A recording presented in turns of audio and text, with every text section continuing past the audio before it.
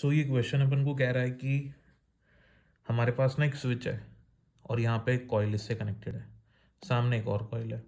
जैसे ही हम switch close करते हैं इधर करंट की डायरेक्शन क्या होगी, ठीक है। तो ये अपन को पता लगाना है। ऐसे टाइप के सारे क्वेश्चंस करने का तरीका मैं बताता हूँ आपको, कंसेप्ट समझते हैं। मैं अगर स्विच को क्लोज करूँगा ना, तो स्विच को क्लोज करते ही इस कॉइल में करंट इंक्रीज होगा। किस सेंस में इंक्रीज हो रहा है?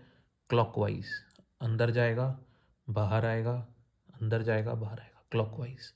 दिख रहा है? अपन सामने से देख रहे हैं ना, यहाँ से अपन जैसे स्क्रीन देख रहे हो आप, क्लॉकवाइज। इधर से देखने में भी क्लॉकवाइज रख रहा है, ठीक है, क्लॉकवाइज ये करंट है इसमें। तो ये क्लॉकवाइज करंट बढ़ेगा।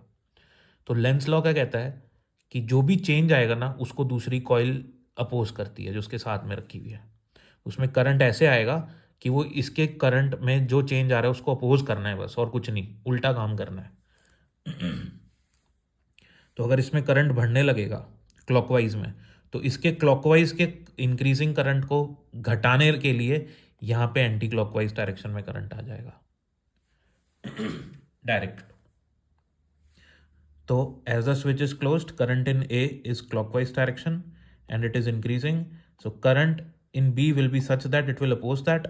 So current in B will be in anti-clockwise direction. तो जो clockwise में करंट बढ़ रहा था उसको घटाने के लिए यहाँ पे एंटी क्लॉकवाइज में आएगा। एक कंसेप्ट और बता देता हूँ मैं आपको, क्योंकि इसमें एंटी क्लॉकवाइज आएगा, इसमें क्लॉकवाइज था, तो दोनों कॉइल्स एक दूसरे को रिपेल करेंगी।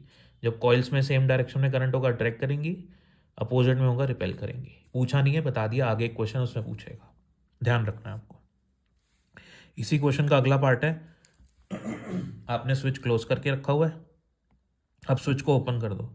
यही क्लॉकवाइज करंट अब कम होने लगेगा, फिर उसने अपोज करना है, उल्टा काम करना है ना, पुट्ठे काम करने हैं। तो अगर इसमें करंट डिक्रीज होने लगेगा क्लॉकवाइज, अब ये कहेगा ना डिक्रीज ना हो, अब इसमें भी क्लॉकवाइज करंट आ जाएगा, ताकि इसके क्लॉकवाइज करंट को ये डिक्रीज नहीं होने देगा, कहेगा नहीं अब बढ़ तू। आई बात समझ में?